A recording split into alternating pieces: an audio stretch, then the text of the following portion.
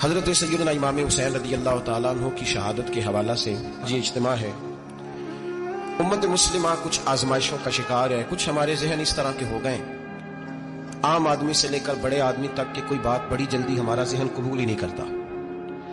کسی دوسرے کی طرف جانا یا کوئی اور بات کرنا یہ تو بڑی لمبی بات ہے، عام جو سادی باتیں ہیں وہ بھی ہمارے ذہن مشکل سے قبول کرتے ہیں، چونکہ شکوک اتنے ڈال دیے گئے ہیں، شک اتنا پیدا کر دیا گیا ہے، تفریق اتنی ہے، بدگمانی اتنی ہے، بری سوچ اتنی زیادہ ہے، بڑی مشکل ہے لوگوں کا کچھ چیزوں کو قبول کرنا۔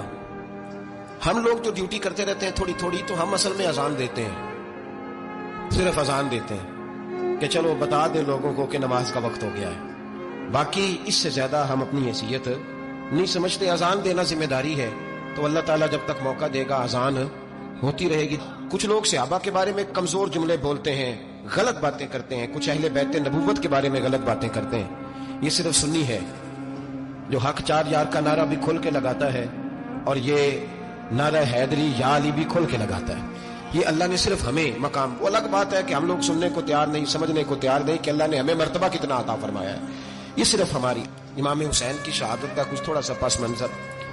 شہادت ہمارے ہاں بیان ہوتی ہے اس انداز میں کہ لگتا ہے کہ کسی مظلوم بندے کو کسی نے پکڑا ہوا تھا تو وہ سارے اسے مار رہے تھے اور وہ منتیں کر رہا تھا کہ مجھے نہ مارو، اتنی ہائے ہائے کی جاتی ہے کہ محسوس ہوتا ہے کہ امام علی مقام بڑے پریشان تھے کہ کسی طریقے سے، اور ان کا خاندان بڑا تکلیف میں تھا کہ جلدی کہیں کربلا سے نکل جائے۔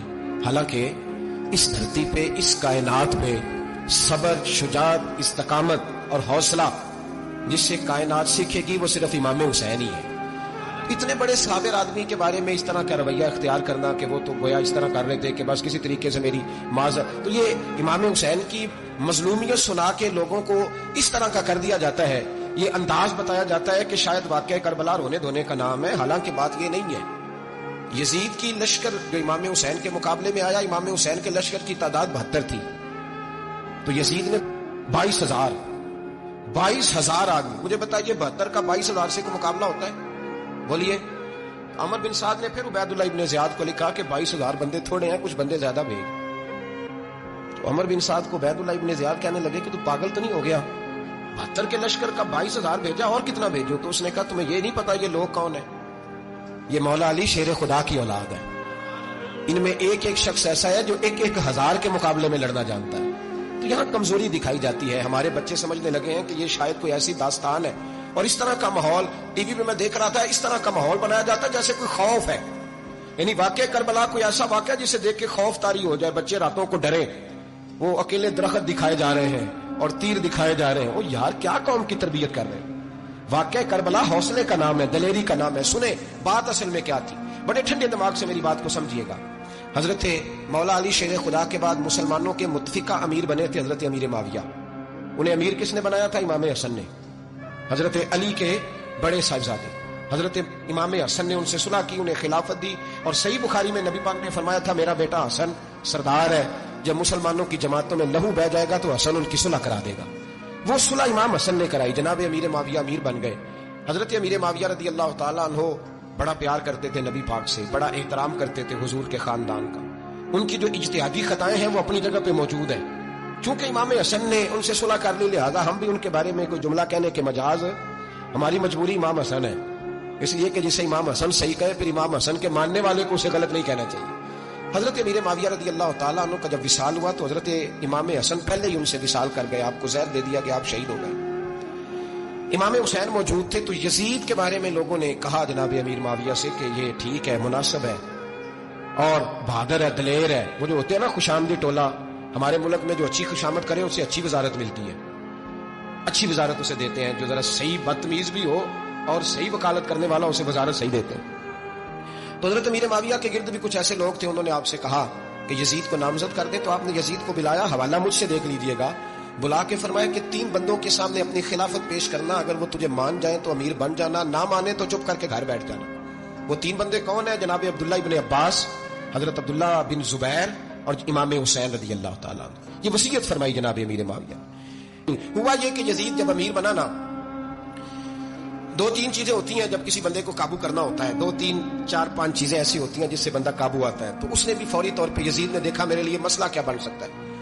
ولید بن عتبہ اس وقت مدینے کا گورنر تھا، یزید نے اس کو خط لکھا کہ امیر عرب کا رواج آج بھی ہے کہ جب تک نئے خلیفہ کی بیعت نہیں ہو جاتی پرانے کے انتقال کی خبر ہی نہیں دیتے، اس کو رکھے رکھتے ہیں. یہ ان کا طریقہ ہے. وہ کہتے ہیں کہ ولی عہد اچھی طرح قبضہ کر لے پھر بتائیں. حضرت امیر معاویہ کا وصال ہو گیا، بتایا نہیں. یزید نے اب کیا کیا، کیونکہ بڑا چلاک آدمی تھا، بڑا شاطر تھا، بڑا تیز تھا، بڑا عجیب اس کا مزاج تھا. یہ چلاک لوگ زندگی میں ہمیشہ دھوکہ کھاتے ہیں. چلاکیاں انسان کو گراتی ہیں اور اتنا منہ چھیل جاتا ہے کہ منہ پہچانا ہی نہیں جاتا.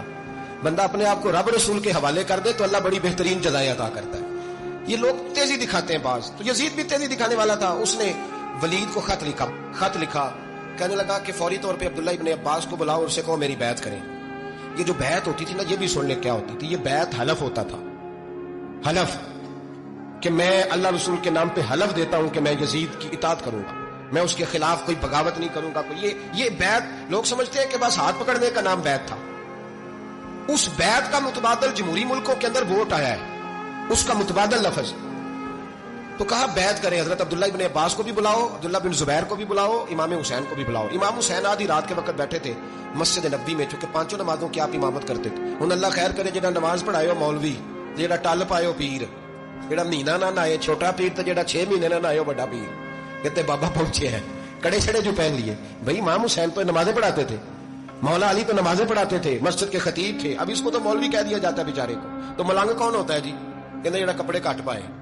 کیا تماشا ہے، قوم جدھر دل کرتا ہے نکل جاتی ہے. امام حسین نماز پڑھا کے عشاء کے بیٹھے تھے. جناب عبداللہ بن زبیر. عبداللہ بن زبیر کون تھے؟ یہ نبی پاک صلی اللہ علیہ وسلم پھوپھی کے پوتے تھے اور جناب صدیق اکبر کے نواسے تھے. حضرت عبداللہ بن زبیر اور جناب زبیر بن عوام عشرہ مبشرہ صحابی ہیں، ان کے بیٹے تھے. بہت زیرک آدمی تھے. یہ بھی امام حسین کے پاس بیٹھے تھے. عبداللہ ابن عباس بھی تھے جو حضور کے چچا کے بیٹے ہیں، اس امت کے پہلے مفسر ہیں قرآن پاک. یہ لوگ بیٹھے تھے. تو ولید نے ایک بندہ بھیجا، اس نے آ کے کہا جناب آپ کو گورنر صاحب نے بلایا ہے.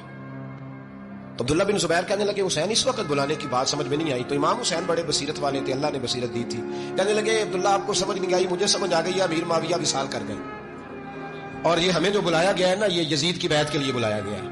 تو کہا پھر آپ آدھی رات کو نہ جائیں، آپ کے لیے خطرہ ہوگا. تو امام حسین فرمانے لگے خطرہ حسین کو نہیں ہوتا، حسین کو خطرہ نہیں. کہا پھر بھی آپ مہربانی کریں ذرا احتیاط سے جائیں.